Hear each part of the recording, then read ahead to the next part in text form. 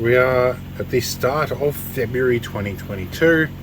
We're going to start our deliveries and donations for the month. Excuse the background noise, that is the portable air conditioner in here. I just checked inside the 6-wheel drive ambulance with the extraction fan running. It's 37 degrees Celsius in there and it's about 80% humidity. Looking at the top of my monitor here, it's presently 32 just on the other side of my window, but that's under shade with a bit of airflow. It is coming down. In any case, let's look at our first delivery, and that is a yellow Pelican case. We're going to swing our camera angle around a bit. Now, first thing I do with these is always put my name on them, so I've covered it up with a bit of tape. This I got a little excited about, and these are just a generalized Pelican case, but I made room for my new drone, and that even has room for the controller to slot in here, which is not in here at the moment. But basically you pick these little cubes of foam out and rip them out. Now there's room for a battery in the drone, 2 additional batteries, the ND filters, the USB adapter for the batteries, the lead, and all of that. We're leaving the charger because it's a mains charger. I'm not going to need that in the field, but we've got 2 additional sets of propellers that came with the Fly More combo in here. So yeah, this case is really much more robust than the bag, although the bag that comes with these are very quality.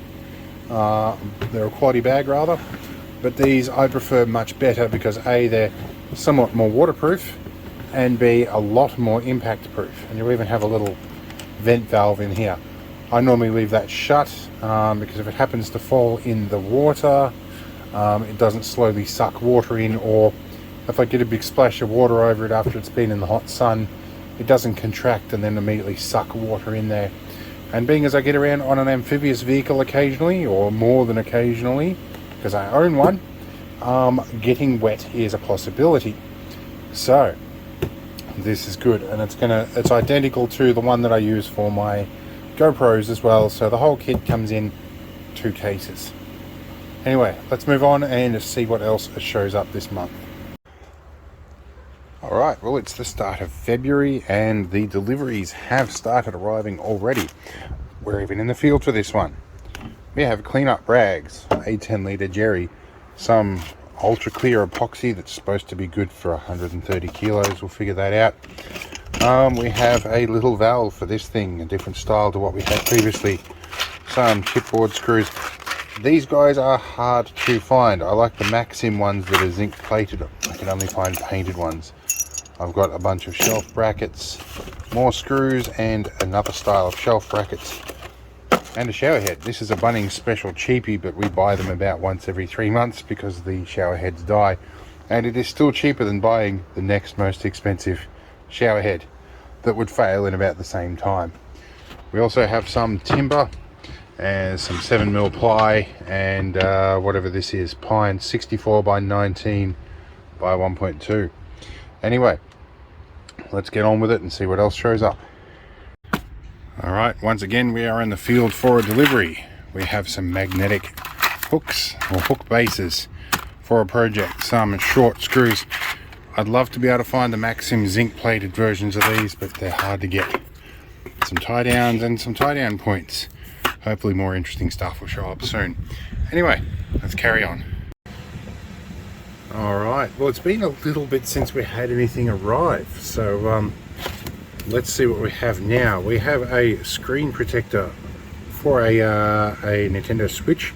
It's because my apprentice has managed to trash hers, but luckily the screen is okay. Also have this gadget. This is something interesting I've just purchased.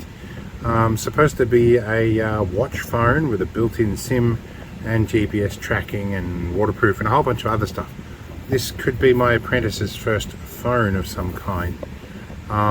There was a little scenario where the other day, or actually it was last year now, she didn't get on the bus when she was supposed to, or did, whatever. There was some miscommunication. We ended up waiting at the bus stop for a kid that never arrived, only to get a phone call going, why have you not come to get your kit? So my apprentice might be going to get one of these things, then I can find out where she is pretty quickly. Provided she doesn't trash it or forget to wear it, like she did with the Fitbit that we've got. Anyway, this will be interesting to unpack and see what we get. And because I predict this this month is going to be a little bit slow for deliveries, we might get this open and have a look at it right now. So handy appearing out of nowhere is my Leatherman with a sheep's foot blade. Let's have a look at what's actually in this. I'm guessing the built-in SIM is going to be a waterproofing feature. So we have a substantially thick manual here with nice color printed graphics and a really thick card that apparently we're going to be feeding them electronics or something. I don't know, I will figure that out later. Anyway, this looks to be, oh, it's got a magnetic charging lead. That looks very similar to my old Sony Xperia charging leads, magnetic ones, of which I've got somewhere. But I guess that solves the waterproofing issue. And given the amorphous look of that, I would hope they have a bridge rectifier in there to correct the polarity, because I suspect that could be fairly easily reversed. And we have the watch, so not a lot by accessory wise. That's our charging key under there.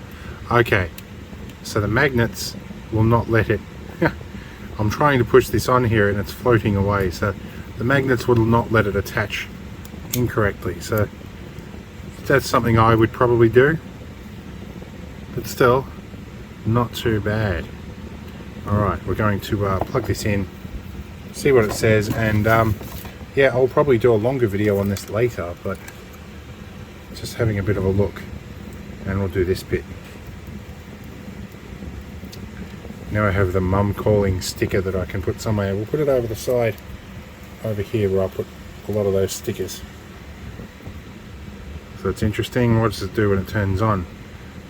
Got a funny M logo. Has a camera on the top, which is very prominent. And it looks like it uses a standard watch band, which would be nice, with a nice little lever here that you can pull back to unclip. That's nice on both sides. So watch band should be fairly easily replaceable. Anyway, we'll do a bit more on this later and we'll see what other interesting gadgets show up. I'm waiting on something from Russia at this point, so we'll see what happens with that. Alright, so an addendum to the previous video. I was just in the middle of finishing my cup of tea in my good Jaycar mug here and charging this up. Now, we got it all working actually pretty easily. If you get a nice little tiny Torx screwdriver and you undo that screw and pry out this little cap, you can remove the built-in SIM. It's actually just a push to release SIM card for a micro SIM. So yeah, we put a micro SIM in. I've used a Telstra prepaid $2 prepaid starter kit for this, and the rates on that are so much better than the Muchi's rates. So yeah, instead of 100 meg, we've got 10 gig. I think 30 for the first 3 recharges as well. So considerably more data. And considering it does 5-minute video calls using the data pack on it, that's going to be something we're going to need. My apprentice has already changed the interface here. We've set up our safe zones. We've added our limited contacts on here. So yeah, we've just got 3 on there at the moment.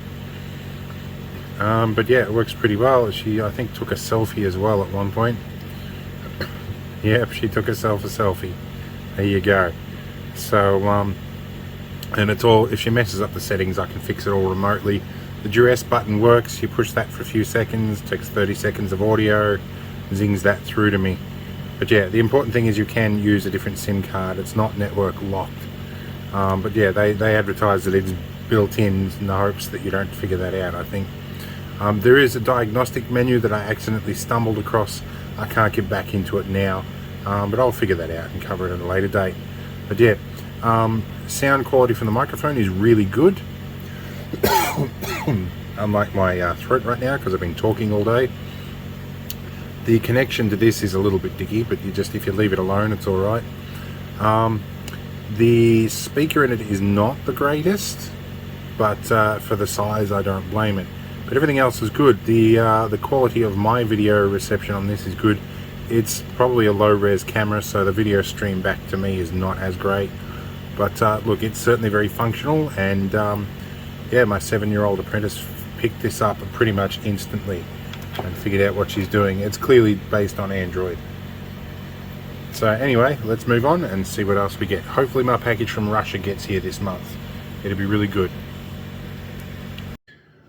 Alright, so I went digging around my little drawers and whatnot, and I found a couple of the examples. So the SanDisk ones I've been using, these guys are good for about 10 megasecond. These guys average about 5. Yeah, they're not the greatest, but you know, if you're giving them away, they're cheap enough. But the ones I did probably have better luck with were Lexar, though they're not great. They still only get up to about 12 or 15. The best ones I found have been the Verbatims, which are these guys. So I bought Verbatims this time. We'll see how they go. Every now and then I get one of these that's a USB 3, so I don't know if these are, no, they're USB 2. But yeah, the USB 3 ones of these are actually quite quick. They actually are not just a USB 2 memory module shoved onto a USB 3 controller. Anyway, let's move on. Alright, well, it's the end of the month, actually slightly past, and we have one last delivery has arrived. I still haven't seen my delivery from Russia, which, by the way, was ordered well before the conflict. Actually, I would say well, but it was about a week. Anyway, it left Russia on the 8th, apparently. So, with all the conflict that's going on there at the moment, yeah, I don't know. It could be interesting. I'm not sure how they're scrutinizing the post from there when it arrives and stuff. But anyway, this is from China, and considerably cheaper than my delivery from Russia. Fortunately, what I got from Russia, you cannot buy literally anywhere else. But we'll see that when it gets here, and that's obviously going to be in another month's video, because this is the last one for the month. If I can get these open. Right, you're probably guessing what these are. So I had a few of these, and I gave a couple away to somebody who's going to take a long trip soon. These are basically window breakers / seatbelt cutters in a nice little bracket that you can clip in.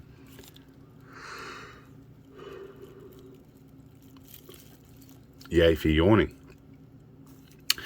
Anyway, so yeah, there's not much to them. There's no automatic, automatic center punches. There's no ratchet system in these or anything. They're just a weight and a piece of metal on the end, but brought down to a point, and they clip on this so that you can have them in a fixed position in the vehicle. So in a rollover, you know where they are. Anyway, I've got a few spares of these because I had none left. I'd given them all away. So now I have a couple. I can install them permanently in appropriate vehicles. Anyway, so that's it for this month, which I think is February already. In fact, I'm almost looking at the 1st of March. So we'll be starting the next month's deliveries and donations videos when something shows up. So yeah, I hope it was interesting. Been a lot less than usual, but I don't know if it's a good or a bad thing. But anyway, let's continue on and see what shows up next month, and hope you had fun.